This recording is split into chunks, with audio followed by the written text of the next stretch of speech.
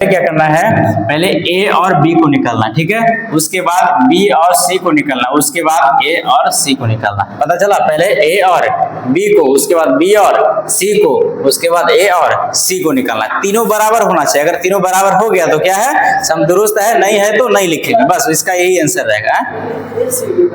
A B पहले निकालेंगे, A B पहले कैसे निकालते हैं, पहला से सॉल्यूशन करते हैं, ठीक है, पहला सॉल्यूशन।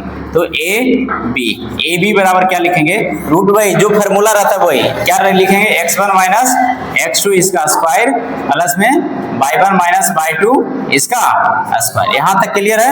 अब यहां से करेंगे, इसको पहले x1 मानते हैं, इसको थोड़ा मिटाते ताकि दिक्कत नहीं हो। इसको x1, ये क्या है x1, ये क्या है y1, ये क्या है x2, ये क्या है y2। अब यहाँ से x1 का मान हमको चाहिए, तो कितना आ गया 3, यहाँ लिख लेंगे 3, यहाँ लिखते हैं 3 माइनस x2 का मान कितना है 6, तो 6 में से 3 घटा 3 में से 6, ऐसे भी माइनस भी आएगा तो उसका स्क्वायर सेम ही रहेगा, तो यहाँ से 6 लिख देते हैं, ठीक है, इसका स्क्वायर प्लस y1 का मान कितना, y1 का मान यहाँ से देखें 1, तो यहाँ से 1 माइनस y2 का मान कितना 4, इसका स्क्वायर। अभी जस्ट इसको निकाला भी होगा, तो कितना आ गया, यहाँ से 3 का स्क्वायर कर लेंगे तो कितना हो जाएगा 9, यहाँ भी 3 का स्क्वायर कर लेंगे कितना 9, यानी 9 18, यानी जोड़ लेंगे तो 18, यानी 3 रूट 2 इसका आ जाएगा कितना 18 को गुणनखंड कर लेंगे तो कितना आएगा 2 तिया 6 तिया 18। यहाँ तक क्लियर है। ये 2 को बराबर 1 बाहर, यानी कितना आ गया 3 रूट 2। ये किसका मान आ गया, ए बी का मान आ गया कितना 3 रूट 2, पहला नंबर। उसके बाद फिर से चलेंगे, एक दूसरा निकालेंगे, कौन अभी निकालना है बी और सी, तो इसको पहले खत्म कर लेना है, जो भी इसको लिखे हैं इसको हटा लेना है। बी और सी यहाँ पे लिखेंगे बी और सी बराबर क्या हो जाएगा, वही formula x1 minus x2 square plus में y1 माइनस y2 का स्क्वायर।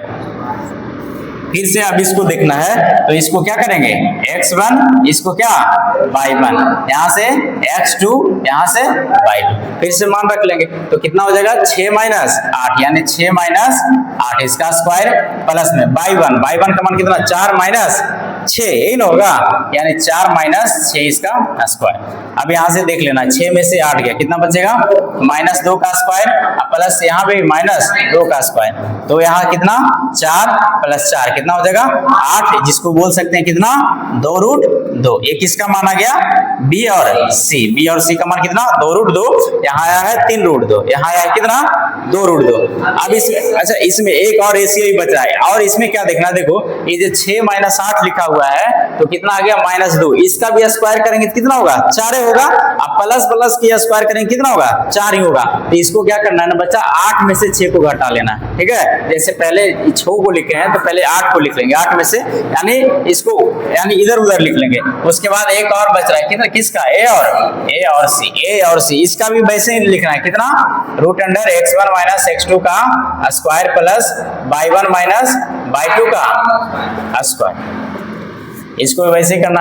अब यहाँ से क्या करेंगे, फिर से इसको चेंज करेंगे। अभी क्या करना है, ए और किसका सी को देखना है, तो ए न है और सी यहाँ है, तो इसको x1, इसको y1, इसको x2, इसको y2। यहाँ तक क्लियर है।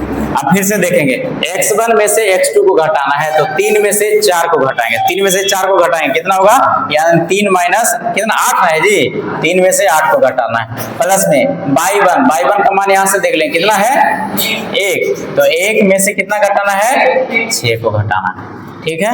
अब यहाँ से 3 में से 8 को घटा लेना है, कितना बचेगा 3 में से 8 5, तो 5 का स्क्वायर -5 का स्क्वायर प्लस यहाँ पे कितना -5 का स्क्वायर, यहाँ पे 25, यहाँ भी 25, तो 25 कितना 50 को वर्गमूल कर लेते हैं तो कितना हो जाएगा 2 बचे 10 बचे 50, यही ना होगा, 5 गुना 10 बचे 50, यानी इसका कितना हो जाएगा 5 रूट 2। एक इसका मान आ गया है बी और यानी ए और सी का, देखो तो तीनों आपस में समान है, इसको और इसको ये दोनों जैसा दूसरा अगर 2 के जोड़ते हैं तब भले हो जाता है, यानी कितना 3 रूट 2 प्लस 2 रूट 2, यानी 3 2 5 रूट 2, तब जाके ये आ सकता है। लेकिन सम दुरुस्त कहेगा तो तीनों बराबर होना चाहिए, 1 2 3 पूरा बराबर होना चाहिए। अगर बराबर नहीं है तो लिख देंगे सम दुरुस्त नहीं है।